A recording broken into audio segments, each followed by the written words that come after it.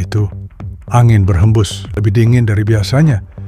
Di ujung sebuah jalan sempit, berdiri sebuah rumah besar yang katanya sunyi. Terlalu sunyi, catnya mengelupas. Balkonnya retak. Orang-orang menyebutnya rumah Dedi Sabri.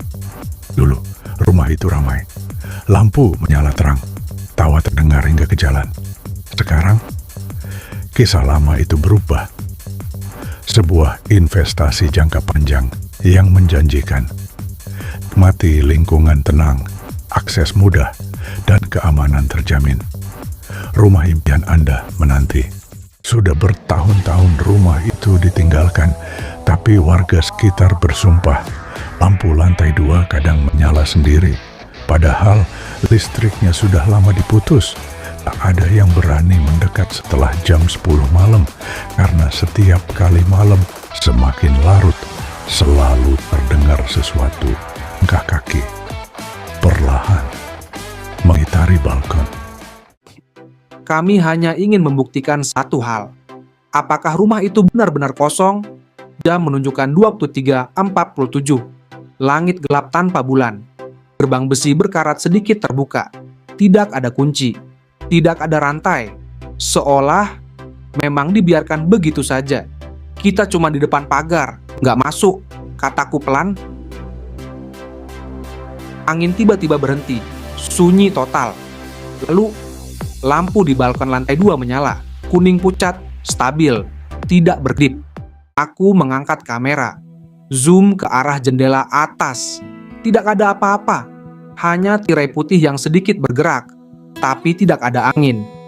Suara kayu berderit terdengar dari dalam rumah. Pelan. Seperti pintu tua dibuka perlahan. Padahal kami tidak menyentuh gerbang sekalipun. "Lo dengar itu?" bisikku. Temanku tidak menjawab, karena dia sedang menatap sesuatu di tanah. Di tanah berdebu halaman rumah itu ada jejak kaki basah, seolah seseorang baru saja melangkah keluar dari dalam. Jejak itu mengarah lurus ke gerbang, ke arah kami. Kami mundur 1 langkah, dan jejak itu bertambah 1, seolah ada yang ikut mundur bersama kami, tapi tak terlihat siapapun. Kami memutuskan pergi, tapi sebelum itu aku memutar ulang rekaman di kamera, dan disitulah semuanya berubah. Di layar, kami terlihat berdiri di depan gerbang, tapi di belakang kami ada sosok tinggi berdiri, diam, tepat di antara kami. Padahal saat itu, kami hanya berdua. Sosok itu tidak bergerak, tidak menoleh, hanya berdiri, seolah sudah ada di sana sebelum kami datang. Kami memutuskan untuk bermalam di rumah kosong itu. Tidak ada rumah lain di sekitar. Kami berdua saja di sana. Atau setidaknya, kami kira hanya kami.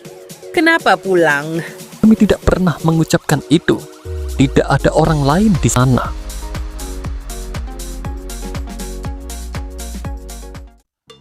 Lampu jalan tiba-tiba mati. Gelap total. Hanya layar kamera yang menyala. Dalam pantulan layar, aku melihat sesuatu berdiri di belakang temanku. Terlalu dekat. Napas dingin terasa di tengkuk.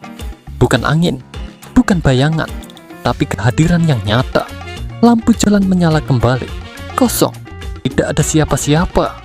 Sejak kejadian itu, rekaman kami sering berubah sendiri. Kadang muncul frame tambahan. Kadang terdengar suara langkah pelan di background. Dan setiap kali video itu diputar tepat jam 23.47, lampu kamar kami selalu berkedip. Rumah itu masih berdiri sampai sekarang. Tetap sunyi, tetap kosong. Tapi warga sekitar percaya rumah itu tidak ditinggalkan. Hanya pemiliknya yang berbeda. Karena beberapa rumah tidak kehilangan penghuninya. Mereka hanya menunggu seseorang kembali. Hujan turun tepat pukul 23.47. Jam yang sama. Jam yang sejak malam itu selalu terasa berbeda. Aku tidak berniat kembali ke rumah itu.